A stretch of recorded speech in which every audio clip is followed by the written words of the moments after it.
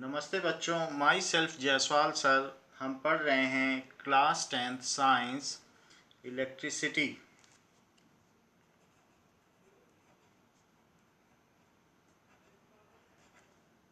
Now in last class we have seen the definition of electric current and electric circuit.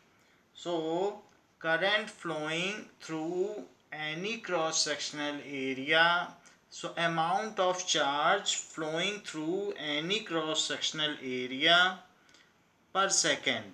जैसे मान लीजिए कि अगर इसमें से चार्जेस फ्लो कर रहे हैं तो वो इलेक्ट्रॉन फ्लो कर रहे होंगे।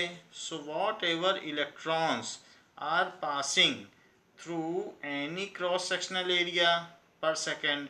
तो अगर मैं इस क्रॉस सेक्शनल एरिया पर ध्यान दूं तो एक सेकेंड में जितने भी चार्जेस इस क्रॉस सेक्शनल एरिया से पास कर जाते हैं, so that is the electric current.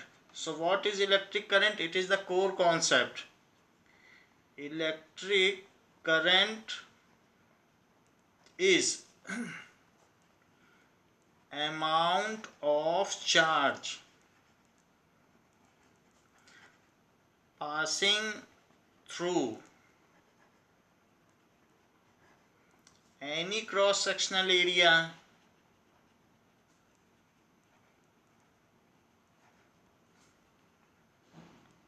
per second. So it is electric current की फार्मूला क्या हो गया? Electric current it is denoted by I. Electric current को आई से डिनोट किया जाता है। That is the total charge passed upon total time taken. Total charge upon total time. So I is equals to Q by T. तो ये तो formula हो गया। What does it mean by 1 ampere? तो यहाँ पर हमने देख लिया इसका यूनिट क्या होगा। So its unit is coulomb per second. So coulomb per second is its unit, or it can be written as ampere, or it can be written as A. So what is 1 ampere? When 1 coulomb charge pass in 1 second through any cross sectional area, तो 1 by 1 क्या हो जाएगा? Then it is said that electric current passing through that cross sectional area is 1 ampere. So 1 ampere is also core concept. So Q is equals to 1 coulomb हो जाए, T is equals to 1 second हो जाए. So if 1 coulomb charge passes through any cross sectional area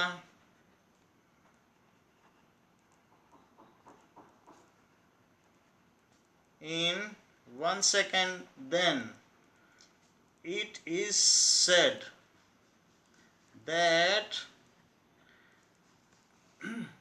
electric charge, that is electric current, electric charge नहीं, electric current passing through that cross sectional area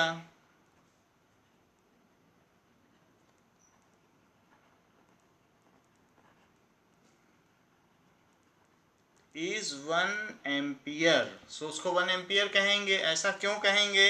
क्योंकि I is equals to 1 coulomb upon 1 second. So 1 coulomb per second is equals to 1 ampere. तो ये 1 ampere की definition हो गई. So by convention the direction of electric current is, though it is a scalar quantity, फिर भी इसकी direction होती है. Electric current is scalar quantity, लेकिन फ्लो की तो डायरेक्शन हो ही सकती है. Electric current is a scalar quantity.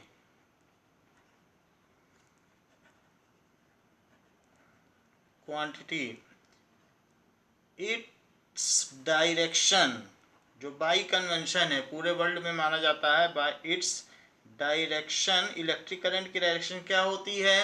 Is in the direction of flow of positive charge. Is in the direction of flow of positive charge, flow of positive charge। जो positive charge या cation move करते हैं तो उसकी direction में होती है। However, this convention was given when it was less known about electric current. So, but actually electron moves through conductor. But actually electron moves through conductor।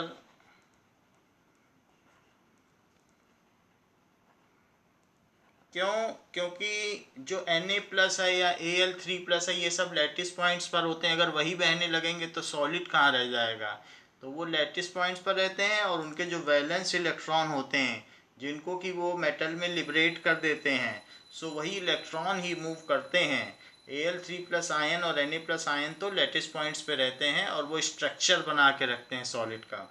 तो but actually electron moves through conductor, so the direction of conventional current is opposite to flow of electron. So direction of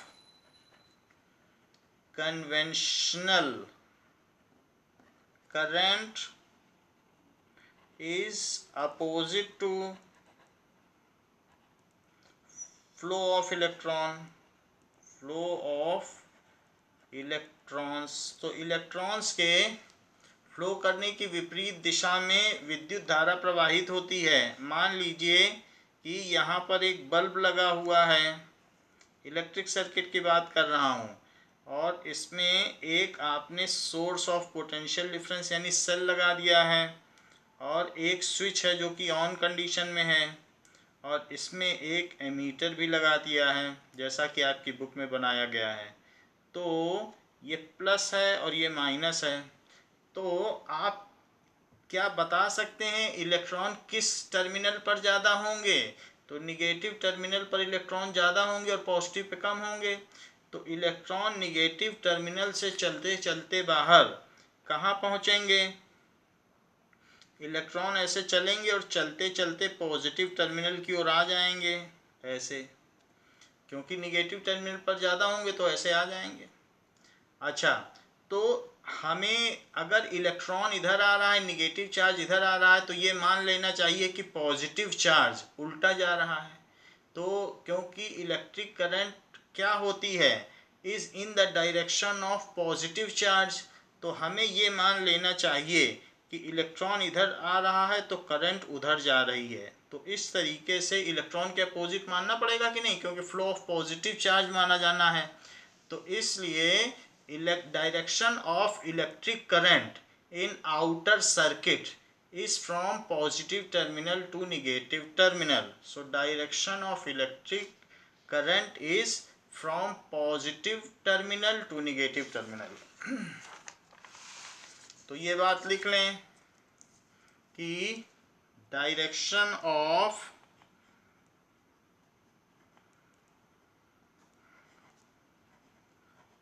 electric current is from positive terminal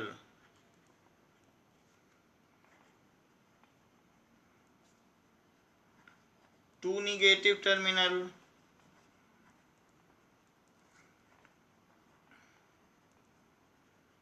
ऐसा होगा। तो positive से negative terminal माना जाता है। Positive terminal से negative terminal इसकी direction हो गई, यानी इस तरीके से यहाँ हुई। हमेशा आपको यही मानना। ये इलेक्ट्रॉन दिखाने की ज़रूरत नहीं है, ये मैंने समझाया है। आप सिर्फ करंट जानिए कि करंट पॉजिटिव से निकलती है और निगेटिव टर्मिनल की ओर जाती है, बस इतना जानिए। बस इतना जानना है आपको और उसी को इस पर दिखाना है।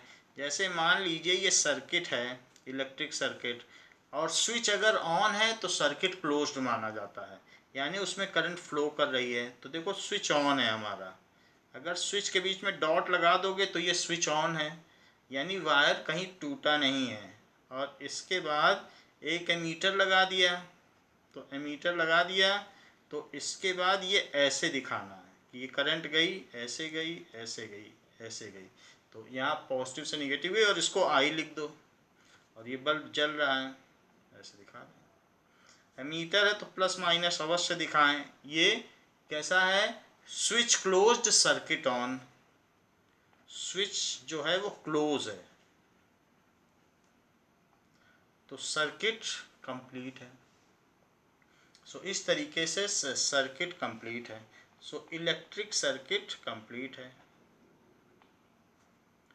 जब इलेक्ट्रिक सर्किट कंप्लीट होगा so current flows through circuit, so current flows through circuit, flows through circuit। तो इलेक्ट्रॉन यहाँ से यहाँ फ्लो करते हैं। कभी भी किसी भी सेल में जो कोई सेल है, ऐसा वो क्यों करते हैं, तो उसके लिए हमें समझना पड़ेगा वास्तव में सेल होता क्या है। नाउ सी कि जैसे मान लीजिए कि एक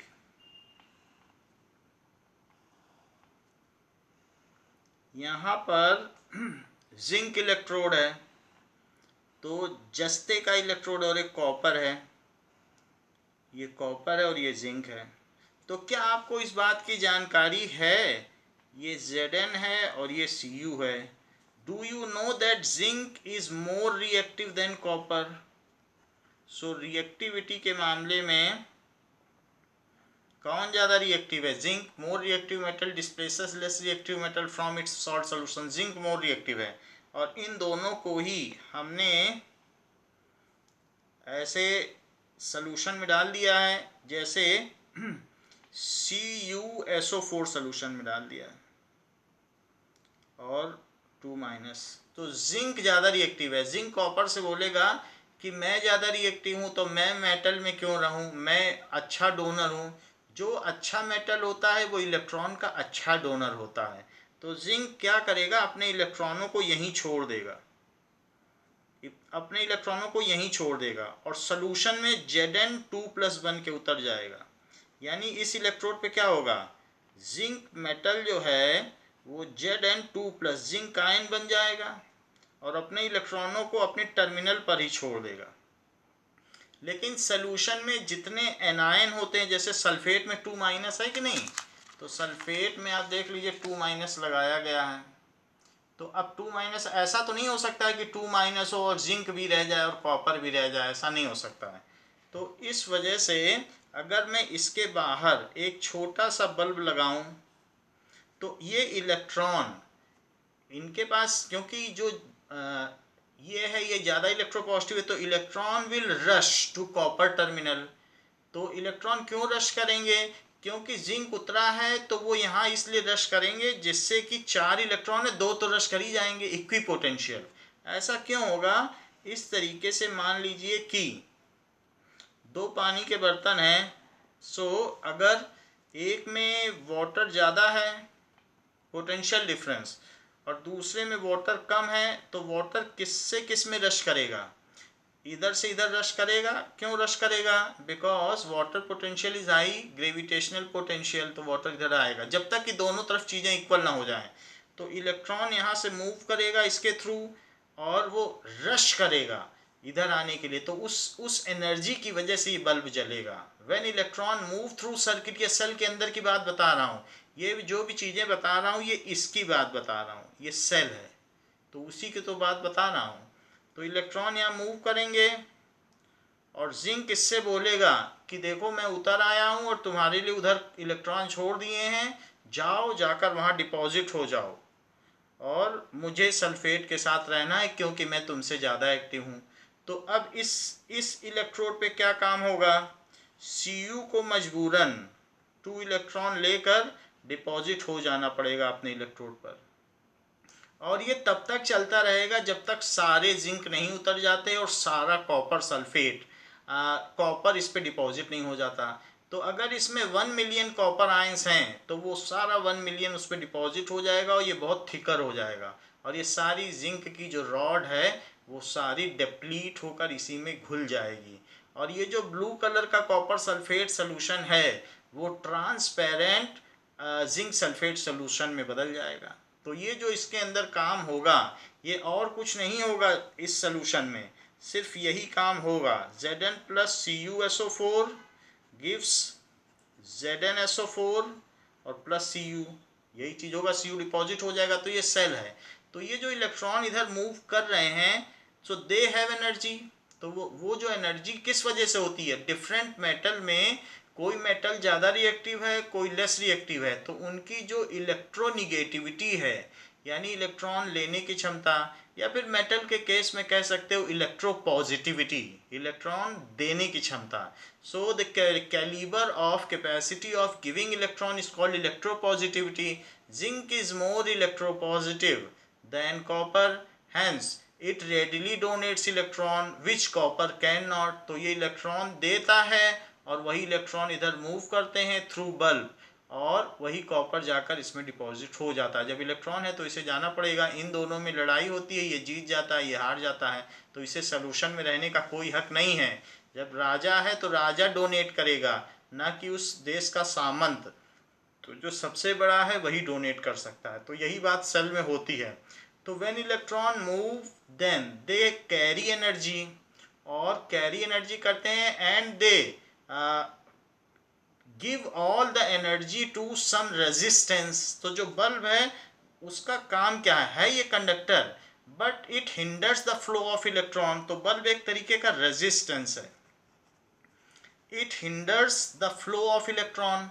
तो ये हिंडर करेगा, तो कोई भी इलेक्ट्रॉन में एनर्जी है और वो कहीं पर हिंडर हो रहा है, टकरा रहा है बार बार, तो वहाँ पर वो अपनी एनर्जी लूज कर बैठता है, और लूज करने के बाद यहाँ पर सिंपली आ जाता है अट्रैक्शन फोर्स के चलते। क्योंकि जैसे आप ये जान लें कि ये तो करंट की डायरेक्शन है, ये पॉजिटिव चार्ज की डायरेक्शन है, इसका उल्टा इलेक्ट्रॉन होगा, इलेक्ट्रॉन निगेटिव से चल के पॉजिटिव आ जाएगा।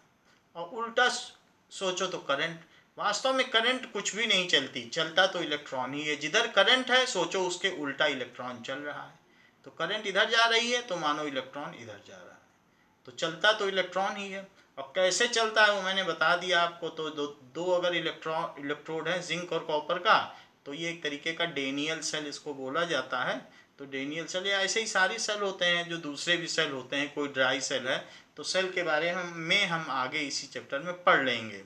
तो अभी तो आप ये देख लीजिए, cell is a source of potential difference. तो वही एक निगेटिव इलेक्ट्रोड है और एक पॉजिटिव इलेक्ट्रोड है। तो ये इलेक्ट्रोड कौन सा हो गया, जिंक, निगेटिव इलेक्ट्रोड, और ये कैसा हो गया, पॉजिटिव इलेक्ट्रोड। क्योंकि यहाँ पर इलेक्ट्रॉन जनरेट हो रहे हैं तो वही चीज़ सेल बन गई, और ये यहाँ पर काम हो रहा है, तो वही एनर्जी यहाँ दे दी गई है। अच्छा, एक बात और देख लेते हैं, जबकि हमने सेल के बारे में जान लिया है।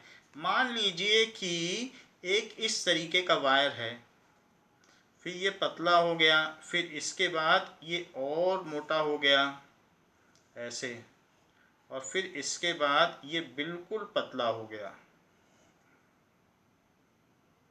इतना पतला हो गया, और यहाँ पर भी ये चीज़ है तो ये पतला हो गया इस तरीके से, और फिर यहाँ से एक सेल से ये अटैच्ड है और फिर ये ऐसे है। तो बाकी की चाहो तो लगा दो, वरना हमने सीधा कॉन्टेक्ट बना दिया है। तो देयर इज ए सर्किट। तो इसमें एक वायर ए लिया, एक वायर बी लिया, एक वायर सी लिया और एक वायर डी लिया, ये भी ए ही है। So in which cross sectional area the current is more. आपको बताना है कि किस क्रॉस सेक्शनल एरिया में करंट ज़्यादा होगी, ए में, बी में, सी में कि डी में। तो क्वेश्चन पूछा गया है, in which cross sectional area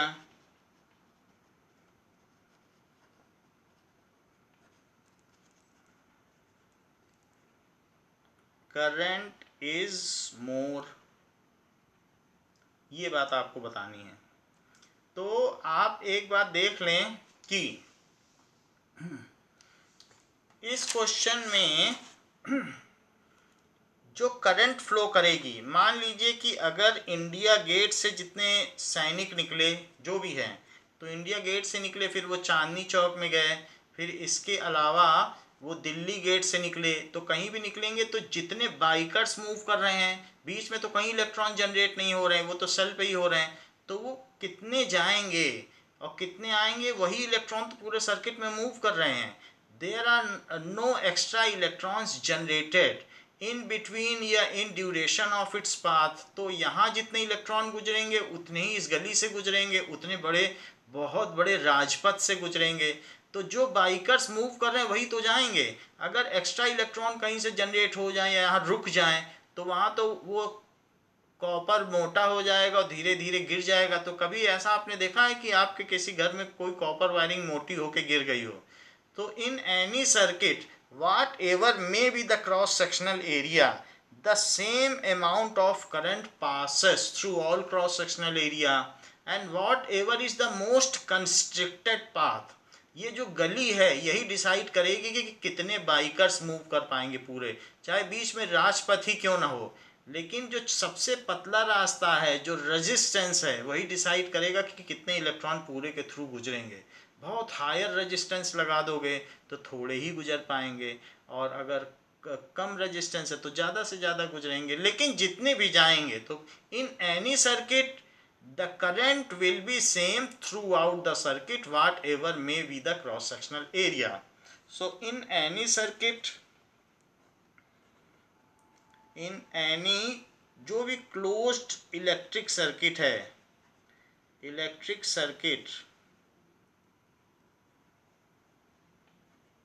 electric current will be same, electric current will be same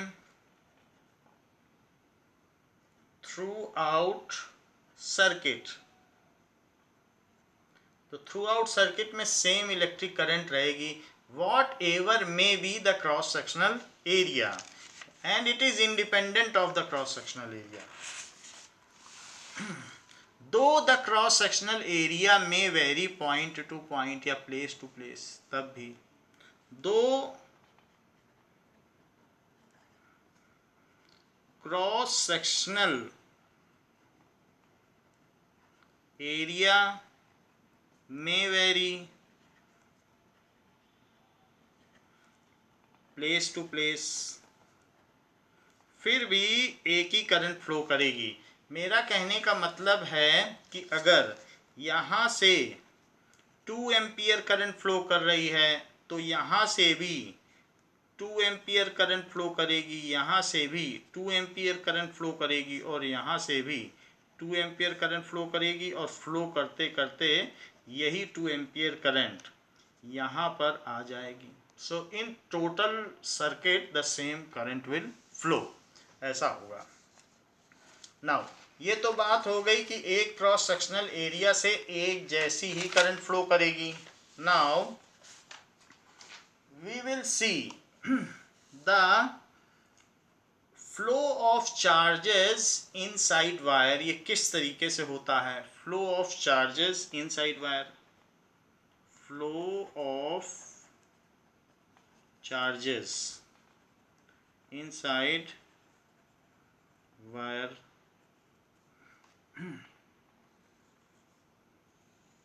देखिए, कोई भी जो मेटल होगा वो किस तरीके का होगा? जैसे मैं सोडियम ले लूँ तो सोडियम एक मेटल है, तो सोडियम में क्या होता है? Sodium contains 11 electron, 11 proton, 11 electron भी होंगे, तो 281 इसका कन्फिग्रेशन होगा 2, और सेकंड ऑर्बिट होगी तो LMN। तो ऐसे जो शेल होगा KLMN, तो KLM, तो KLM थर्ड शेल में 1 इलेक्ट्रॉन होगा। तो 1 इलेक्ट्रॉन ये अगर दे दे तो इसका ऑक्टेट पूरा हो जाए, तो ये क्या करता है? यही करता है, सोडियम Na+ बन जाता है और 1 इलेक्ट्रॉन दे देता है, रिलीज कर देता है। ऐसा करने से इसका ऑक्टेट पूरा हो जाता है। जब तक ये नहीं देता तब तक ऑक्टेट नहीं पूरा होता। So all metal donate their valence electron to complete their octet. तो ऐसा सोडियम के सारे एटम्स करेंगे और वो कैटायन में बदल जाएंगे। नाउ सभी सोडियम के एटम अपना एक एक इलेक्ट्रॉन दे देंगे, जबकि कोई लेने वाला है भी नहीं, तब भी वो अपने इलेक्ट्रॉन इसी मेटल के पीस में छोड़ देंगे। अब ये अपने इलेक्ट्रॉन यहाँ मेटल के पीस में सब छोड़ दिया, कोई ले नहीं रहा तब भी छोड़ दिया, और इस तरीके से इन इलेक्ट्रॉन्स को कहते हैं free electron. They are free to move, तो ये सबके द्वारा छोड़े गए इलेक्ट्रॉन है। These are release, these are valence electron and these are free to move. So these are free electrons. Why these are called free electrons? So in case of metal, valence electrons are liberated by metals. In case of metal, जो valence electron होगा is liberated by metal. By doing so, they become cation. By doing so, they become cation and remain at lattice point.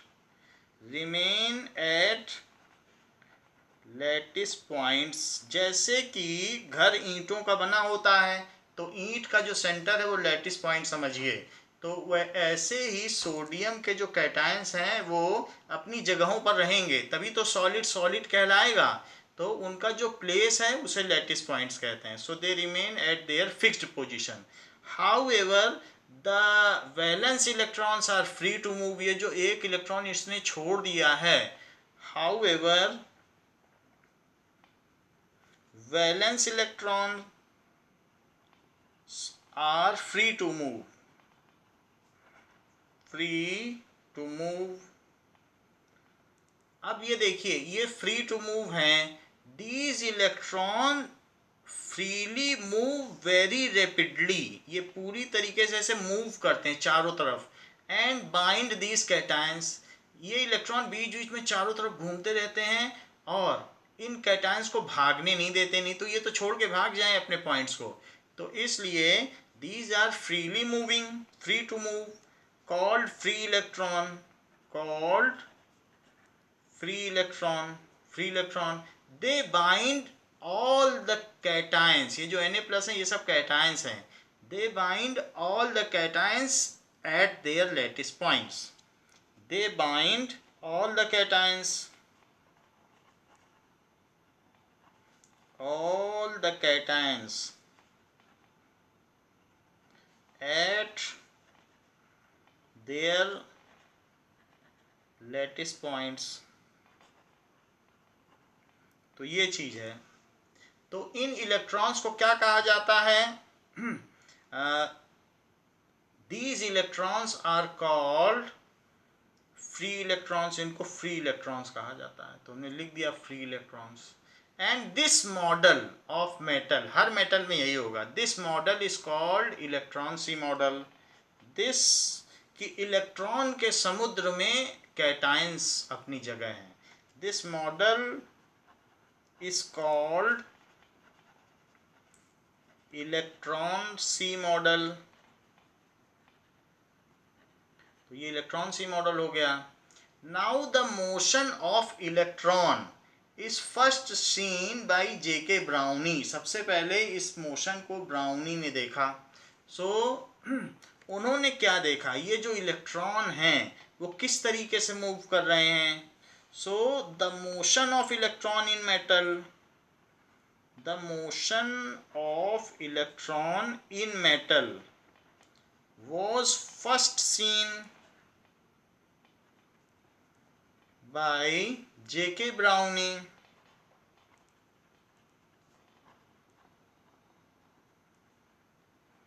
ठीक है, तो ये जो motion है उन्होंने कैसा देखा, उन्होंने, अगर मैं बात करूं इन इलेक्ट्रॉन्स की, तो ये ऐसे मूव कर रहे हैं। जैसे ये इलेक्ट्रॉन है तो यहाँ गया, तो यहाँ जाने के बाद हो सकता है ये दूसरे इलेक्ट्रॉन से टकरा गया हो, फिर ऐसे गया, फिर ऐसे गया, फिर ऐसे टक्कर हो जाती है। अगर इलेक्ट्रॉन से नहीं टकराएगा तो सोडियम कैटायन से टकरा जाएगा। सोडियम कैटायन के भी तो आउटर ऑर्बिट में 8 इलेक्ट्रॉन है, तो भगा दिया जाएगा। तो इस तरीके से चाहे कैटायन से टकराए चाहे कहीं से भी, तो वो वहाँ से रिपेल ही होगा, और दूसरे इलेक्ट्रॉन से टकराएगा तो भी रिपेल होगा। तो इस तरीके से उन्होंने देखा कि इसका मोशन ऐसे होता रहता है। ये तो ये मोशन होता रहता है इलेक्ट्रॉन का। However there is no net movement of electron, वो ऐसे रैंडम मोशन तो करता है, zigzag motion. So zigzag motion of free electrons in metals is called Brownian motion. इस मोशन को ब्राउनियन मोशन कहा गया, जिग जैग, टेढ़ा मेढ़ा। So zigzag motion of free electron in metal, metal में इसमें sodium ion भी होंगे बट मैंने वो दिखाया नहीं है। इन मेटल इज कॉल्ड, इसको कहते हैं ब्राउनियन मोशन, ब्राउनियन मोशन, ये चीज है। And there is no net, ये जो इनकी स्पीड है ये कहीं जा नहीं रहे, बस ऐसे ही जैसे भीड़ हो, कहीं पर एक मेला हो, मेले में सब लोग अंदर आ गए हो, बहुत बड़ा रावण के चबूतरे पे मेला लगा हो, सब इधर उधर जा रहे हैं, लेकिन वो कहीं नेट मूव नहीं कर रहे हैं। तो जो भी इनका मोशन है, there is no net speed of electron in any preferred direction. ऐसा नहीं लगेगा आपको कि सारे इलेक्ट्रॉन यहाँ से राइट में जा रहे हैं या राइट वाले लेफ्ट में, बस ऐसे घूम रहे हैं। So there is no net speed of these electron. So there is, जो इनकी मोशन है उनकी, there is no net speed, net speed of these electron if no potential difference is applied. अगर मैं यहाँ इस और यहाँ पर एक सेल लगा दूं तो ये टर्मिनल पॉजिटिव हो जाएगा और ये निगेटिव हो जाएगा, तो इस चीज़ को पोटेंशियल डिफरेंस कहते हैं। जैसे मैंने आपको पानी का 2 जार दिखाया था कि नहीं, तो इस तरीके से पानी एक तरफ से दूसरी तरफ चलता है तो वो ग्रेविटेशनल पोटेंशियल डिफरेंस है। इसका फार्मूला भी mgh होता है। तो यहाँ पर हाइट ज़्यादा है तो ये हायर पोटेंशियल है, हाइट यहाँ कम है तो लोअर पोटेंशियल है। तो ऐसे ही ये सेल भी वही काम करता है कि जब भी सेल कहीं लगा दिया जाता है तो वो बल्ब के इस सिरे को हायर पोटेंशियल कर देता है जो प्लस के पास है, और जो माइनस के पास है उसे लोअर पोटेंशियल। तो करंट हमेशा कही जाती है कि ये हायर पोटेंशियल से लोअर पोटेंशियल मूव कर रही है। जैसे यहाँ पानी हायर पोटेंशियल से लोअर पोटेंशियल मूव कर रहा है, एच की वैल्यू यहाँ ज़्यादा है। तो अगर हम यहाँ कोई सेल न लगाएं तो ये टर्मिनल पॉजिटिव नहीं होगा और ये निगेटिव नहीं होगा। तो पोटेंशियल डिफरेंस लगाएंगे तब तो इलेक्ट्रॉन मूव करेंगे और वो प्लस की तरफ मूव करेंगे।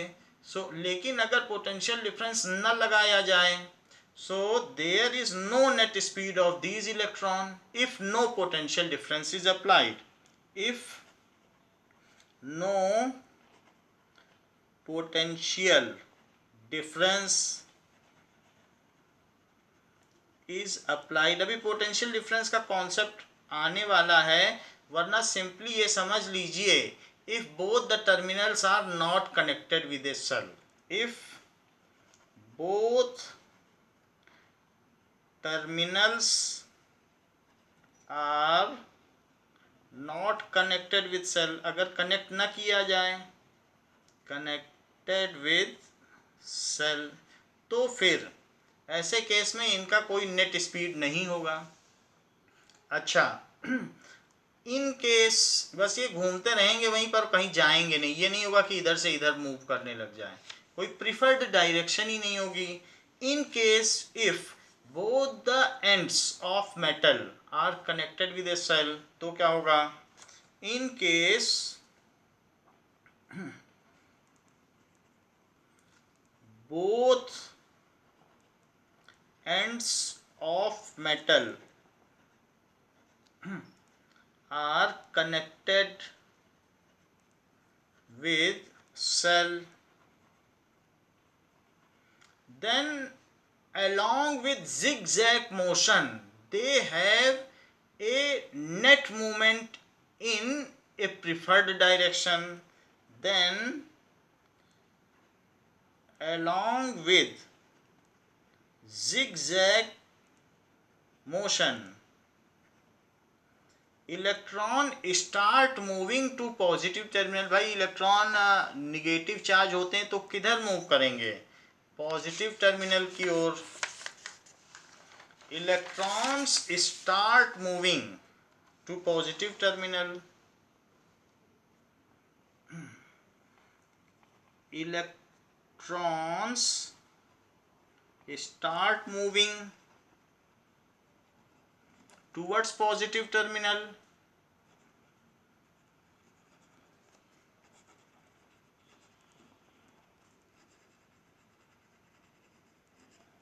पॉजिटिव टर्मिनल की ओर वो मूव करने लगते हैं.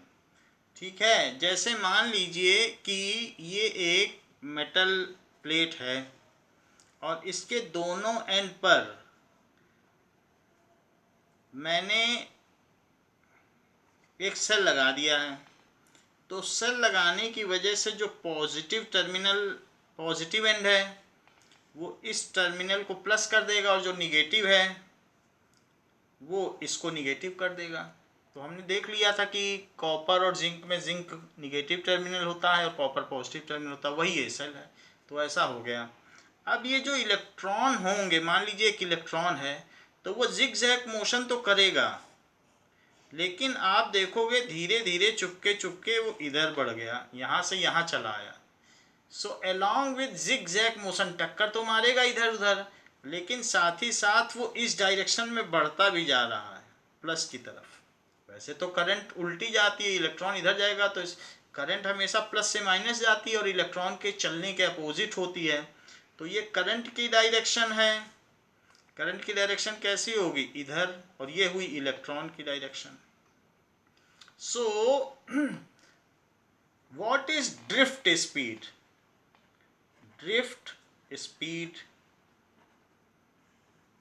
देखो इलेक्ट्रॉन की बहुत सारी स्पीड होती है. इलेक्ट्रॉन क्या करता है, अपने एटम में अपनी ऑर्बिट न्यूक्लियस के चारों तरफ भी चक्कर लगाता है, तो उसकी स्पीड होती है ऑर्बिटल स्पीड. ऑर्बिटल स्पीड वो काफ़ी ज़्यादा होती है, 2 इंटू 10⁶ मीटर पर सेकेंड इतनी होती है. 2 इंटू 10⁶ मीटर पर सेकेंड, देखो इतनी ज़्यादा होती है.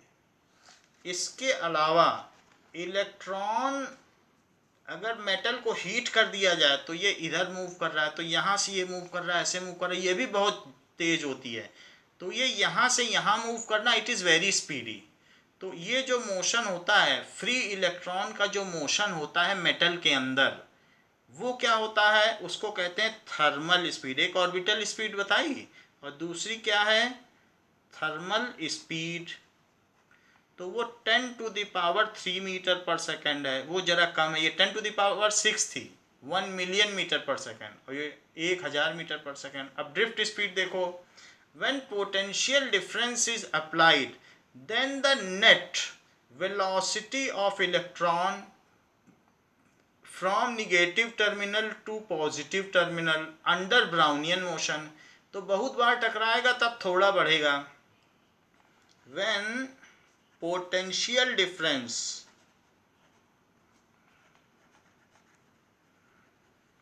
is applied to conductor, है ये कॉपर वायर ही, सोडियम वायर या कॉपर वायर मान लो, लेकिन मैंने इसे बहुत मैग्नीफाई करके दिखाया है. तो हर वायर में यही सब काम होता है. When potential difference is applied to conductor then there is net velocity, या ये कह सकते हो नेट स्पीड ऑफ इलेक्ट्रॉन. ठीक है, net speed of electron from negative terminal to positive terminal तो निगेटिव टर्मिनल से पॉजिटिव टर्मिनल की ओर इनके चलने की जो स्पीड है उसको क्या कहेंगे? That will be called as drift speed. तो ये लिख सकते हैं then the net speed, then there तो ठीक है, then there is net speed of electron from negative terminal to positive terminal. Negative से पॉजिटिव टर्मिनल की ओर इनकी कुछ नेट स्पीड है under brownian motion. Brownian motion भी हो रही है, अंडर ब्राउनियन मोशन। जैसे कि मुंबई सीएसटी के प्लेटफॉर्म पे आप निकलो, ट्रेन से बाहर निकलो और आंख बंद कर लो, तो सारे लोग आपको धक्का देंगे, इधर करेंगे उधर करेंगे, और 5 मिनट बाद इधर उधर भागते भागते भी आप गेट के बाहर निकल जाओगे। आपको आंख खोलना भी नहीं है और एग्जिट भी नहीं पूछना है किसी से। इतनी भीड़ है वहाँ पर कि आपको धक्का दे दे के लोग गेट के बाहर निकाल देंगे। तो इस तरीके से ऐसा ही हाल इलेक्ट्रॉनों का है कि वो कोलाइड तो करते हैं लेकिन वो प्लस टर्मिनल की ओर चले जाते हैं। तो ये स्पीड बहुत कम होती है। Is called drift speed, is called drift speed. Drift का मतलब समझते हो? Perpetual push. जैसे कोई अदृश्य शक्ति आपको धक्का दे रही हो, so it is perpetual push. So उसी तरीके से इलेक्ट्रॉन्स पर भी एक अट्रैक्शन फोर्स लगता है, तो इधर उधर भागते हुए भी वो धीरे धीरे इधर ही आ जाते हैं। और ऐसा सब इलेक्ट्रॉन के साथ होता है। यहाँ से इलेक्ट्रॉन यहाँ से आते जाएंगे, भाई निगेटिव टर्मिनल है, और यहाँ से आने के बाद इंटर करते जाएंगे और सभी इलेक्ट्रॉनों का यही हाल होगा और फिर इस टर्मिनल पे आ जाएंगे। और इस टर्मिनल पे आ जाएंगे तो कॉपर डिपॉजिट हो जाएगा पॉजिटिव टर्मिनल पे। तो सबका यही हाल होता है। It is called drift speed under brownian motion. The net speed of electron under applied potential difference. तो पोटेंशियल डिफरेंस अप्लाई करने के बाद, पोटेंशियल डिफरेंस की मैं बात कर रहा हूँ तो बस एक सेल लगा दो। तो एक ये प्लस वाला हायर पोटेंशियल है और जो निगेटिव है वो लोअर पोटेंशियल है, तो हो गया ना पोटेंशियल डिफरेंस। तो इसको क्या बोल दो? Higher potential. और ये इसको क्या बोल दो निगेटिव वाले को? Lower potential. तो is called drift speed. It is very low, that is 3 mm per second. इतनी कम होती है। और बहुत, आपकी बुक तो 1 mm पर सेकेंड कह रही है, तो मैं भी 1 mm पर सेकेंड ही लिख देता हूँ। It is 1 mm per second, बहुत थोड़ी होती है। अब आप देख लो कहाँ ऑर्बिटल स्पीड 10⁶ मीटर पर सेकेंड, थर्मल स्पीड यहाँ से यहाँ मूव करना बड़ा तेज है 10⁻, लेकिन इधर की ओर पॉजिटिव टर्मिनल कितना कोलाइड करेगा, कितना जिगजैग करेगा, तब आ पाएगा वो। तो ये जो स्पीड है वो 1 mm पर सेकेंड है, सिर्फ ड्रिफ्ट स्पीड। तो आप ये देख लीजिए इलेक्ट्रॉनों के पास 3 स्पीड है, ऑर्बिटल स्पीड, थर्मल स्पीड और drift speed. Drift speed potential difference या सेल के लगा देने पर होती है। अगर ऐसा है कि 1 mm पर सेकेंड से इलेक्ट्रॉन मूव करते हैं तो बल्ब को ऑन करने के 2.5 घंटे बाद जलना चाहिए। Then why immediately as soon as we switch on the switch bulb glows. तो फिर ऐसा क्यों होता है? ये तो बहुत धीरे धीरे चलते हैं। तो आपसे प्रश्न पूछा गया है कि if drift speed of electron is very low, then why bulb glows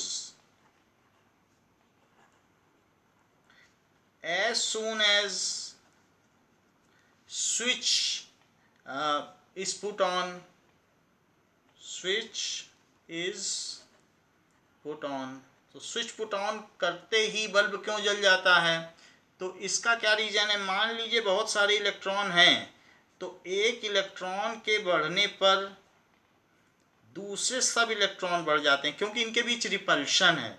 तो ये इधर जाएगा तो ये रिपल होकर इधर जाएगा, ये रिपल होकर चला जाएगा, तो आखिरी इलेक्ट्रॉन बल्ब के अंदर चला जाएगा। सो ड्यू टू ये इनके बीच में इलेक्ट्रोस्टैटिक रिपल्शन है, यानी जो चार्जेस के बीच में रिपल्शन होता है। सो इसका आंसर क्या हुआ? 2 drift speed is very low, but due to electrostatic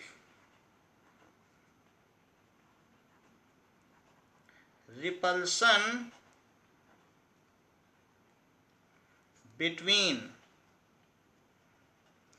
electrons के बीच में इलेक्ट्रोस्टैटिक रिपल्शन है, तो इलेक्ट्रिक फील्ड मतलब ये इनके बीच में जो रिपल्शन है ना, उस जैसे ग्रेविटेशनल फील्ड है, कोई भी चीज छोड़ोगे तो जमीन की तरफ गिरेगी, तो कौन सी फील्ड उसको खींचती है? Gravitational field. मैग्नेट है, मैग्नेट आयरन को अपनी ओर अट्रैक्ट करता है, तो क्यों अट्रैक्ट करता है? मैग्नेटिक फील्ड, तो उससे उसका टच नहीं है, आयरन दूर है, लेकिन फिर भी अट्रैक्ट हो जाता है, तो कोई ना कोई फील्ड है। अर्थ सन की ओर क्यों अट्रैक्ट हो रही है? तो ग्रेविटेशनल फील्ड है। फील्ड का मतलब एक अट्रैक्शन पावर, अट्रैक्शन फोर्स, उसकी वजह से। तो उसी तरीके से अट्रैक्शन फोर्स, उसी तरीके से इलेक्ट्रोस्टैटिक फोर्स भी होता है। So though drift speed is very low, but due to electrostatic repulsion between electron, electric field moves very fast, वो इतनी फास्ट मूव करती है जो प्रकाश की गति है, speed of light. Speed of light कितनी है? 3 × 10⁸ मीटर पर सेकेंड। इस स्पीड से जो इनका रिपल्सन है वो ट्रांसफर होता है। सो बल्ब ग्लोज इमीडिएटली, तो तुरंत ही एक के खिसकने से सब इलेक्ट्रॉन खिसक गए और आखिरी भी खिसक गया। सो बल्ब ग्लोज, इसको नहीं पहुंचना है कि आखिरी वाले को वहां बल्ब तक पहुंचना हो, जो भी उसके पास है वो भी खिसक गया और उसी ने बल्ब जला दिया। So bulb glows immediately.